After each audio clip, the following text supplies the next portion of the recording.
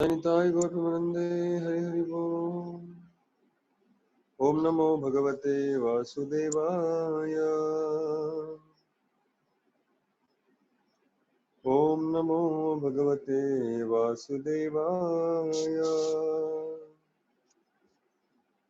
ओम नमो भगवते वासुदेवाय।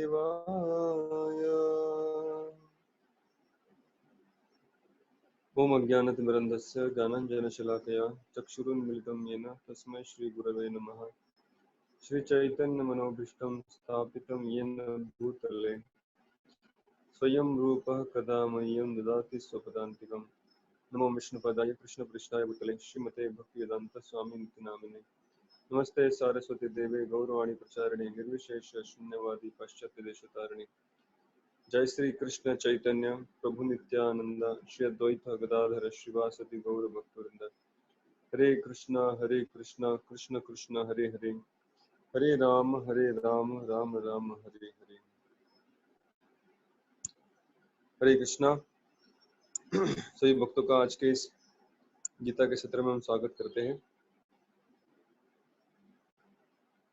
तो श्रील प्रभुपाद की लिखी गई ये श्रीमद् भगवद गीता है। इससे हम धीरे धीरे बहुत सारी नई नई चीजें यहाँ पर लिख रहे हैं। प्रभुपाद की पुस्तकों का संग मिलना ये कितना सौभाग्य का बात है।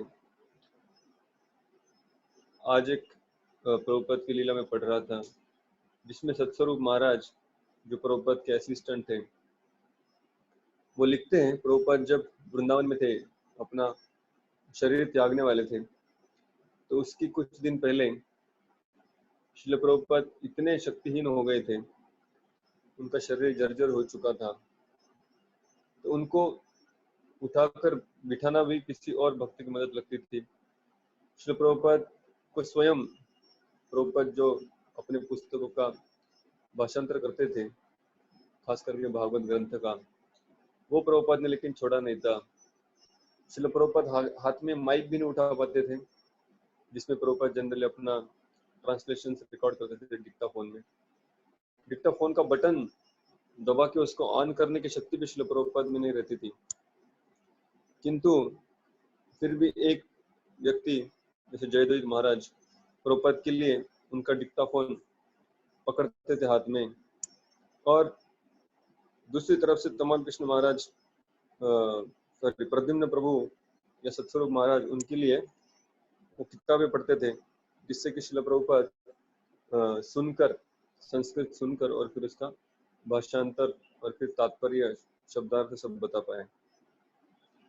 तो एक दिन ऐसे ही जब प्रभुपाद ट्रांसलेट कर रहे थे, प्रभुपाद कहते हैं कि बाहर के लोग सोच रहे कि बूढ़ा व्यक्ति अभी तक मरा कि नहीं मरा,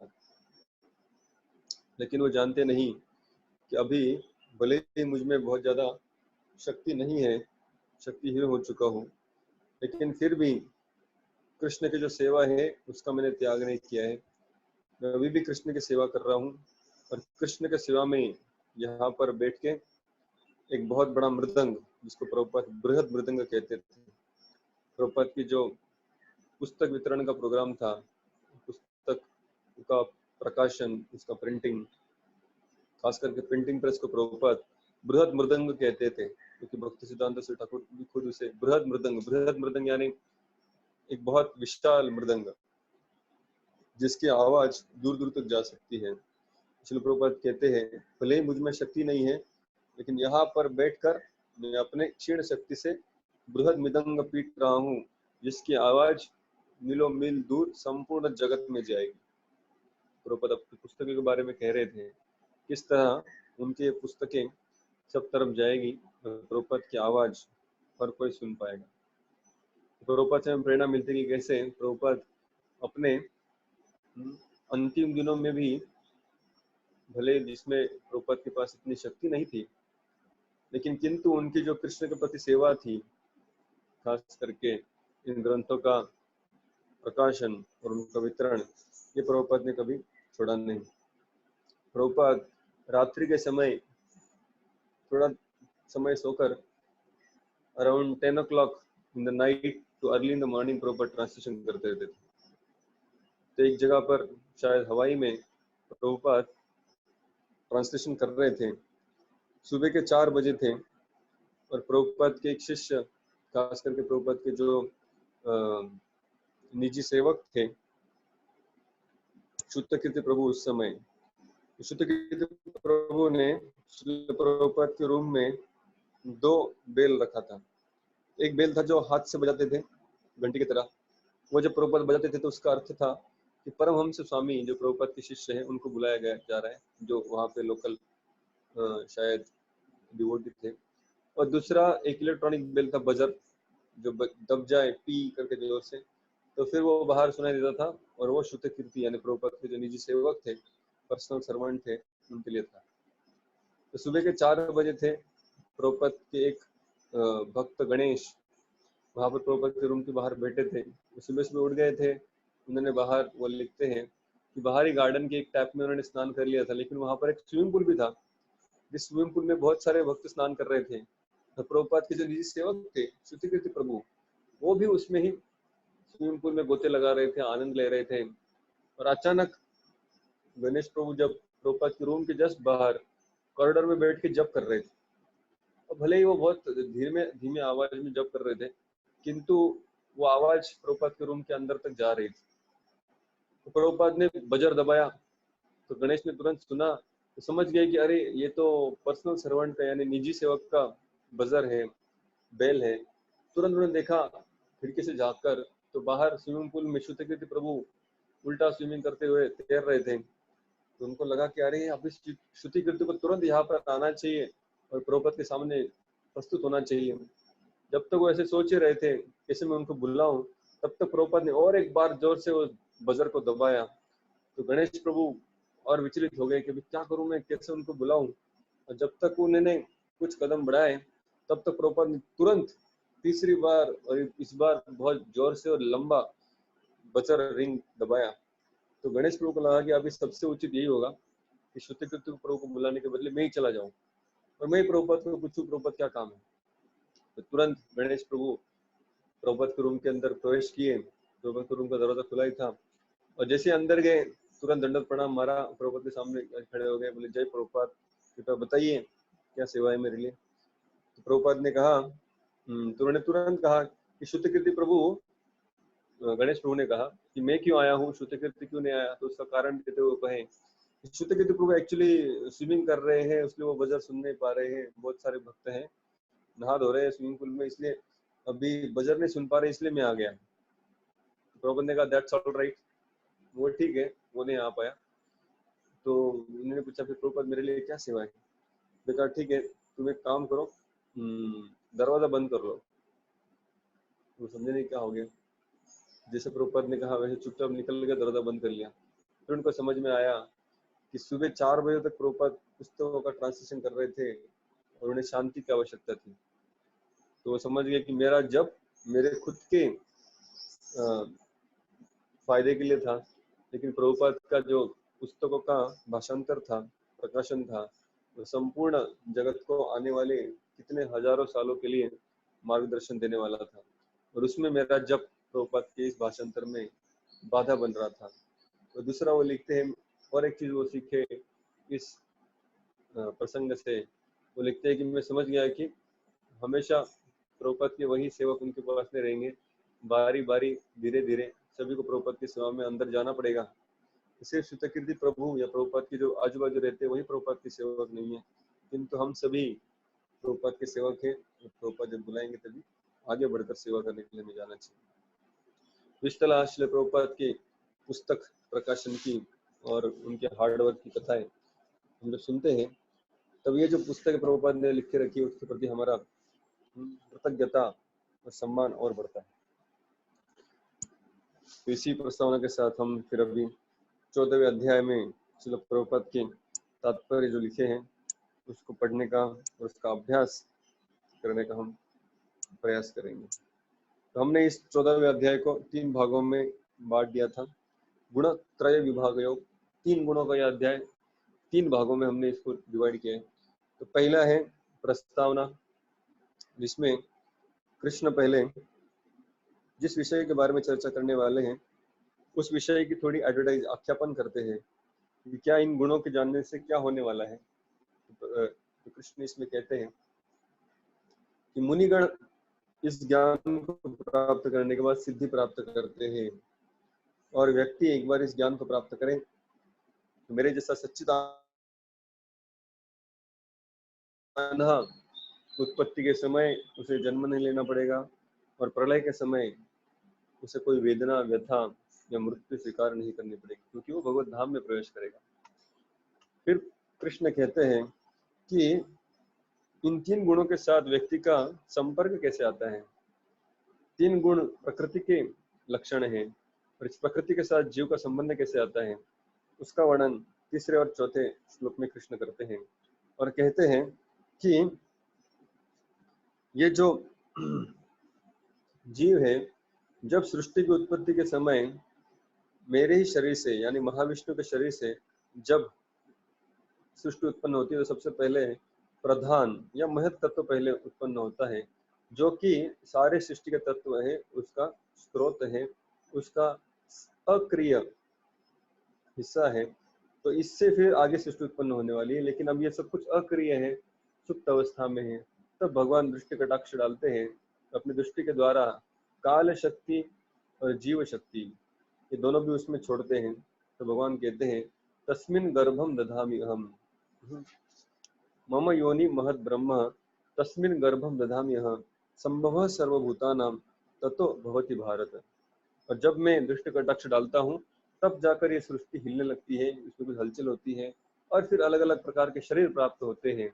और वो शरीर इस प्रकृति ने जीवों को प्रदान किए हैं, इसलिए प्रकृति इनकी माता बन गई। कल हमने देखा किस तरह 7 माताएं होती है वैदिक संस्कृति में, चाणक्य पंडित बताते हैं। तो उसमें से एक माता है प्रकृति या पृथ्वी, को भी हम माता के रूप में देखते हैं। और फिर भगवान बताते सर्व योनिषु कौन्तेय मूर्तय संभवन्ति तासाम ब्रह्म महद योनि हम बीज प्रदपिता। और फिर ये प्रकृति उनकी माता बन जाती है, और मैं स्वयं इन सभी जीवों का बीज प्रदाता पिता बन जाता हूँ। और फिर पिता अपने इस पुत्र की जो व्यथा है उसको अगले श्लोक में बताने वाले हैं, किस तरह इन 3 गुणों में व्यक्ति पीड़ित होता है। तो सबसे पहले भगवान बताते हैं, कल हमने चर्चा की कि कैसे ये 3 गुण व्यक्ति को हमेशा बांध के रखते हैं। We are always bound by the effects of these 3 modes। इसलिए हमें समझना चाहिए कि भले व्यक्ति अलग अलग प्रकार से कार्य क्यों ना करते हो, वो व्यक्ति 3 गुणों के प्रभाव के अंदर बंधा हुआ है। इसलिए हेल्पलेस कंडीशन में वो अपने इच्छा के विरुद्ध कार्य करते रहता है, कभी रजोगुण से, कभी तमोगुण से, या फिर कभी सत्वगुण से। तो किस तरह ये 3 गुण व्यक्ति को बांधते हैं, भगवान अगले 3 श्लोकों में कहते हैं। जो सत्वगुण है वह सुख या ज्ञान से हमें बांध लेता है, और फिर जो रजोगुण है वो वासना और कर्म की वजह से हमें बांध लेता है। अगणित इच्छाएं, बहुत सारा एक्शन, बहुत कुछ करने की इच्छा और बहुत कठिन परिश्रम, इस सब से रजोगुण या पैशन व्यक्ति को बांध लेता है। और फिर प्रमाद, निद्रा, आलस्य से तमोगुण बांध के रखता है। तो इस तरह ये तीनों गुण व्यक्ति को बहुत जटिल रूप से बांध के रखते हैं। तो कल हमने इन गुणों का क्या स्वभाव है, कैसे व्यक्ति इनके प्रभाव के अंदर आकर अलग अलग प्रकार से कार्य करता है, उसके बारे में देखा। तो अभी हम 10वें श्लोक से आगे चर्चा आरंभ करेंगे। तो 10वें श्लोक में भगवान अभी इन गुणों के जो लक्षण है, वो लक्षण क्या है सत्वगुण के, रजोगुण के, तमोगुण के, उसको बताने चाहते हैं। तो उसके बारे में चर्चा करेंगे।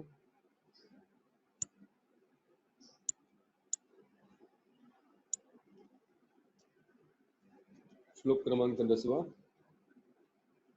रजस्तमश्च विभूय सत्वं भवति भारत रजसत्वं तमश्चैव तमसत्वं रजस्तथा। जैसे हमने कल चर्चा की, ये जो 3 गुण है, ये 3 गुण हमेशा एक दूसरे के साथ स्पर्धा में रहते हैं। मतलब कभी रजोगुण तमोगुण कम पड़ जाता है, सत्वगुण हावी हो जाता है। कभी सत्व रज कम पड़ता है तो तमोगुण हावी हो जाता है। और कभी सत्व और तम पिछला स्थान लेता है और रजोगुण हावी हो जाता है। तो इस तरह एक समय तीनों में से कोई एक गुण ज्यादा कार्यरत होता है और फिर बाकी थोड़े कम स्ट्रेंथ में होते हैं। तो ये पूरे दिन भर हम इसका अपने जीवन में अनुभव कर सकते हैं, हमारे आजू बाजू की परिस्थिति में इसका अनुभव कर सकते हैं। फिर अगले श्लोक में तो प्रभुपाद इसी तात्पर्य में कहते हैं 10वें श्लोक के कि जब ये तीन प्रकृति के गुण भले ही एक समान ही व्यक्ति को बांध कर रखते हैं, लेकिन सत्व गुण का कृपा लाभ हमें प्राप्त हो सकता है, क्योंकि जो सत्व गुण है हमारे भक्ति के लिए बहुत ही आवश्यक है या बहुत ही सपोर्टिव है। इन सब ने कल चर्चा की। सत्व गुण का लक्षण क्या है? ज्ञान और सुख। तो रजोगुण में ज्ञान और सुख हमें मिल नहीं सकता। भले ही रजोगुण का व्यक्ति बहुत अपने आप को एक्टिवेट रखता है, बहुत क्रियाओं में व्यस्त रहता है, बहुत सारी चीजें करना चाहता है, बहुत सारी चीजें हासिल करना चाहता है, बहुत परिश्रम करता है, लेकिन सुख उसको मिलने वाला नहीं। जैसे पर क्लियरली बता दिया, सत्वगुण में ही सिर्फ सुख मिलेगा। तो अगर सत्वगुण में सुख मिलने वाला है तो फिर हम रजोगुण में कार्य क्यों कर रहे हैं? कि हम रजोगुण के हिसाब से हमारे निर्णय लेते हैं, चॉइसेस बनाते हैं, इसलिए फिर आखिर में रजोगुण हमें बांध के रखता है और हम उसी रजोगुण में जीते रहते हैं। लेकिन हमें समझना चाहिए कि रजोगुण और तमोगुण ये दोनों भी हमें ज्यादा फायदा नहीं दे सकते। जब हमने कल देखा कि कैसे अपने जीवन में हमें धीरे धीरे सत्वगुण बढ़ाना चाहिए, तो हमने कल कुछ प्रैक्टिकल टिप्स के बारे में भी चर्चा की थी। उसमें से एक था कि कैसे अपने आप को थोड़ा स्लो डाउन करना चाहिए। थोड़ा सा जीवन को कभी कभी पॉज लगाना बहुत आवश्यक है। थोड़ा रुक कर जीवन के बारे में सोचना, या अपने जीवन को थोड़ा स्लो डाउन करेंगे तो फिर अपने आप को समय देकर थोड़ा आत्म निरीक्षण कर सकते हैं। तो कैसे स्लो डाउन करेंगे उसके हमने 5 उपाय देखे थे। Prayer, pranayama, writing a diary, be in the present while talking to people, और फोन से दूर रहना, खास करके स्मार्टफोन से, और फिर कैसे मौन रखने से या फिर क्लीनलीनेस, स्वच्छता रखने से भी हम सत्वगुण की वृद्धि अपने जीवन में कर सकते। तो एक व्यक्ति ने पूछा कि प्रभु जी, अभी तो हम ऑलरेडी प्रोफेशनल लाइफ में हैं, कॉर्पोरेट दुनिया में जीते हैं, तो फिर ऐसे परिस्थिति में हम उस रजोगुण के बाहर निकल ही नहीं सकते, क्योंकि लोग हमारे आजू बाजू जो है वो रजोगुण में कार्य कर रहे हैं, तो फिर हमें भी उनके साथ रजोगुण में रहना पड़ता है। इसलिए देखा जाता है अभी हमारे पास कोई चॉइस है नहीं।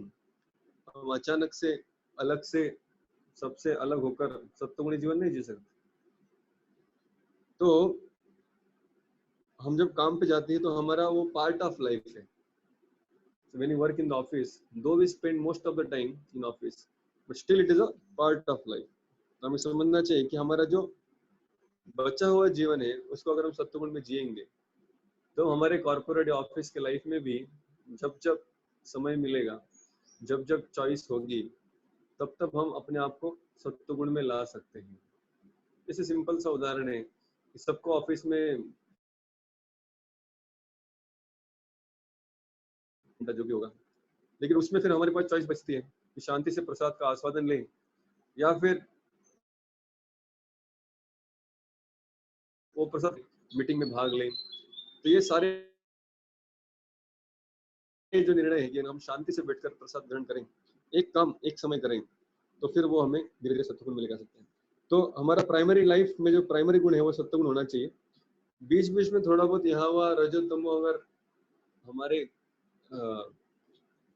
अनियंत्रितता की वजह से अगर बढ़ता भी है हमारी इच्छा के विरुद्ध, तो भी ज्यादा फर्क नहीं पड़ेगा। इसलिए हमें समझना चाहिए कि ये हमारी अंदर की स्टेट है। जो सत्वगुण है मतलब सिर्फ सत्वगुण के कार्य नहीं है, हमारे जो सोचने की प्रवृत्ति है, हमारी जो सोचने का ढंग है, वो हमें सत्वगुण में लाना होगा। तो वो अगर सत्वगुण में लाए तो फिर हम अपने जीवन में सुख का अनुभव कर सकते हैं, भले हम कॉर्पोरेट लाइफ में क्यों न जिए। क्योंकि रजोगुण का गुण क्या है कि बहुत आशा, बहुत सारी इच्छाएं होती है। जैसे ऐसा कहते हैं ये आशा है, इस आशा को भी एक श्रृंखला, चेन का भी उपमा दिया जाता है। मगर ये चेन कैसा है? ये बहुत अजीब या आश्चर्यकारक चेन है। बेड़ी है, जो इससे बंधा जाता है वो यहाँ वहाँ दौड़ते रहता है, भागते रहता है। बहुत सारी कामनाएं, बहुत सारी इच्छाओं से बंधा हुआ है, वो एक जगह पे बैठता नहीं, भले बंधा हुआ है लेकिन यहाँ वहाँ दौड़ते रहता है। और जो इस बेड़ी से मुक्त हो गया वो एक जगह पर शांत बैठ जाता है। इसलिए रजोगुण का मुख्य लक्षण है, इससे बहुत सारी इच्छाएं, बहुत सारी कामनाएं, हैंकरिंग बहुत ज्यादा होता है। तो ये अगर हम इसके ऊपर काम करें तो फिर सत्वगुण का हमारे जीवन में प्रभाव बढ़ा सकते हैं। कृष्ण अभी इन तीनों गुणों के अलग अलग प्रकार के लक्षण यहाँ पर बताने वाले हैं। सर्वद्वारेषु देहेस्मिन् प्रकाशम् उपजायते ज्ञानम यदा तदा विद्याद् विवृद्धम सत्वम इत्युत। तो जो सत्वगुण का विजय होता है तो क्या लक्षण मिलते हैं? भाषांतर, जेव्हा देहाची सर्व द्वारे ज्ञानाने प्रकाशित होतात तेव्हा सत्वगुणाच्या करण्याचा अनुभव येऊ शकतो। तो जब हमारे जीवन में सत्वगुण बढ़ेगा, तो सत्वगुण कब बढ़ेगा? हम समझ सकते हैं जब हमारे देह में हमारे इंद्रियों के सारे द्वार ये प्रकाशित हो गए हैं। तो इंद्रिय प्रकाशित होना इसका मतलब चीजों को जैसे है उसी अवस्था में, या in their reality when we try to see things, तो उसे कहते हैं कि इंद्रिय भी प्रकाशित हो गए। तात्पर्य श्रील प्रभुपाद लिखते हैं, दो नेत्र, दोन कान, दोन नाकपुड्या, तोंड, जननेंद्रिय आणि गुद अशी शरीरामध्ये 9 द्वारे आहेत। जेव्हा प्रत्येक द्वार सत्वगुणाच्या लक्षणाने प्रकाशित होते तेव्हा मनुष्य सत्वगुणाची वाढ झाली असे समजा। सत्वगुणामुळे मनुष्य सर्व गोष्टी योग्य स्थितीत पाहू शकतो। So being aware of reality, ये बहुत महत्वपूर्ण है। तो अवेयरनेस ऑफ रियलिटी ये सत्वगुण का लक्षण है। जैसे हम देखते हैं बाहरी दुनिया में लोग परिस्थिति को देखते हैं मगर फिर उसमें से सीख नहीं पाते हैं। वो जो परिस्थिति हमें सिखाना चाह रही है या जो बहुत ही स्पष्ट सत्य है उसको भी लोग समझ नहीं पाते। क्यों? क्योंकि रजोगुण के प्रभाव से ढक जाते हैं। जैसे सिंपल सा उदाहरण, रेलवे स्टेशन के बाहर बहुत बार लोग अलग अलग चीजें बेचते रहते, तो हम जानते हैं कि ये सब चीजें जो लोग बना रहे हैं कितना हाइजीन है, खास करके खाने वाली चीजें। जो पकौड़े बना रहा है, बीच में कई बार व्हाट्सएप पे अलग अलग प्रकार के वीडियोस वायरल होते रहते हैं, कितनी खराब अवस्था में, कितना सारा अनक्लीननेस, अनहाइजीनिक सिचुएशन में कितने सारे पदार्थ बनाए जाते हैं। तो कई बार तो हम देखते हैं जो रसवंती वाला होता है उसका जो बर्फ है वो ट्रेन से आता है, और ट्रेन वाला उसको किधर तो बीच में ही फाटक के पास रेलवे पटरी पर पटक देता है, और वहां पर वो बर्फ पड़ी रहती है, और फिर वहां से वो रसवंती वाला उठा कर लेके आता है। तो रेलवे के पटरी पे क्या क्या होता है हम जानते हैं, वही से बर्फ आता है, वही हमारे जूस में जाता है। लेकिन फिर भी लोग ये सब समझने के बाद भी उसे चाव चाव से खाते। इसे कहते हैं रजोगुण। जब उसे भोग करने की इच्छा इतनी स्ट्रांग हो जाती है तो उसमें भले ही वो देख सकता है कि ये कितना अनहाइजीनिक है, कितना अनहेल्दी है, कितना मेरे एसिडिटी, पेप्टिक अल्सर, ये सारे कितने सारे इसके दुष्परिणाम हो सकते हैं, फिर भी वो अपने आप को रोक नहीं सकता। तो ये जो गुण है रजोगुण का, उसके विपरीत सत्वगुण यहाँ पर जैसे कहा गया है, तो इसमें इंद्रिय बहुत ही अवेयर होते हैं, जो भी चल रहा है उनको सही सही मायने में समझ सकते हैं। जैसे हम सुनते हैं कहानी सिद्धार्थ की या गौतम बुद्ध की, जब वो छोटे थे तो उनका नाम सिद्धार्थ था। तो जब उनको पता चला पिताजी को कि ये बहुत बड़ा वैराग्य बनने वाला है, तो उन्होंने कभी महल से उसे बाहर जाने नहीं दिया। लेकिन जब बड़े होने के बाद उनको एक दिन रथ में बिठाकर पूरे राज्य का सैर कराया गया, तब उन्होंने अलग अलग प्रकार से जो मतभेद देखा दुनिया में, कि कोई बहुत सुखी है, कोई बहुत दुखी है, कोई बहुत हेल्दी है, कोई बहुत अनहेल्दी है, कितने सारे दुख इस दुनिया में है, कितनी बीमारियां हैं, कितना गरीबी है, कितना कुपोषण है, कितने लोग मृत्यु कितना भयंकर है और कंपलसरी है। तो ये सारा जो जबरदस्ती हमारे ऊपर डाला हुआ जो क्लेश है, वो सिद्धार्थ कम उम्र में ही समझ पाए। क्यों समझ पाए? ये सत्वगुण का प्रभाव है। कि व्यक्ति परिस्थिति को देखकर तुरंत सीख जाता है, किंतु लोग बूढ़े हो जाते हैं 90 साल के, 95 साल के, लेकिन फिर भी जीवन के सत्य को, जीवन के स्वरूप को समझ नहीं पाते। क्यों? पूरा जिंदगी रजो और तमोगुण में अगर जिएंगे तो जीवन का जो सत्य है उसको देख ही नहीं पाएंगे। लेकिन जैसे एक बार राधा गोपीनाथ मंदिर के पास जब हम कॉलेज में थे तभी मंदिर में गए थे, तो रास्ते में हमने देख बहुत जबरदस्त गाड़ी, कार, मतलब वो मॉडल भी इंडिया में बहुत कम दिखता है। तो इस तरह की बहुत लंबी चौड़ी कार, ब्लैक स्लिक, ये जब रास्ते पे आके रुकी तो एकदम ऐसे लगा कि मानो बॉलीवुड या हॉलीवुड का कुछ पिक्चर देख रहे हैं। और फिर अपेक्षा थी कि इसमें से अभी कोई हीरो निकलेगा या कोई फिल्म एक्टर एक्ट्रेस निकलेगी। उसमें से पहले वो गाड़ी का ड्राइवर उतरा, शॉफर, वो भी पूरा सूट बूट टाइम में था, टोपी भी पहना था। और फिर उसने जाके पिछला दरवाजा खोलने के पहले डिक्की को खोला, और डिक्की को खोलने के बाद डिक्की में से व्हील चेयर को निकाला, और व्हील चेयर निकाल कर दरवाजे के पास रखा, और फिर दरवाजा खोलकर उसके अंदर से करीबन 90 साल के व्यक्ति को बाहर निकाला, जो बहुत ही जर्जर हो चुका था, उसमें कोई शक्ति नहीं थी, क्षीण हो चुका था। तो ये जब हम देखते हैं इस दुनिया में तो हमें पता चलता है कि अरे कितना भी पैसा हो, व्यक्ति तो बूढ़ा होने वाला है, मरने वाला है। तो लेकिन फिर भी कई सारे लोग इसको देखते हैं फिर भी समझ नहीं पाते। ये क्यों होता है? क्योंकि वो उनकी जो नजर है, उनकी इंद्रिय है ज्ञान हासिल करने वाले, वो सारे इंद्रिय ढक गए हैं। वो सत्य को देखते हुए भी समझ नहीं पा रहे हैं, वो अक्षरों को देखते हुए भी पढ़ नहीं पा रहे हैं, वो कानों से सुन रहे हैं लेकिन समझ नहीं पा रहे।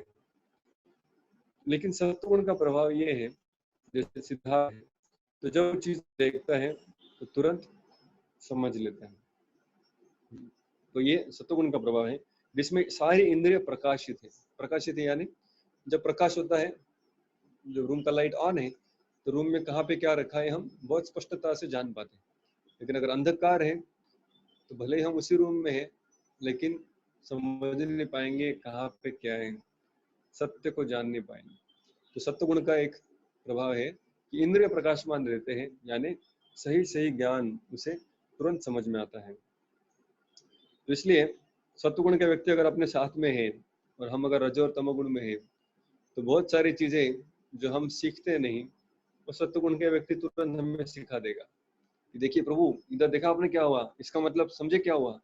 ऐसे कई बार प्रभुपाद अलग अलग चीजों से लोगों को समझाते थे कैसे हमें इस दुनिया से भी कितनी सारी सीख मिलती है। जैसे कुछ दिन पहले मैं राधानाथ स्वामी महाराज का लेक्चर सुन रहा था कल ही, उसमें बताते हैं कि इंद्रधनुष्य, जो आकाश में इंद्रधनुष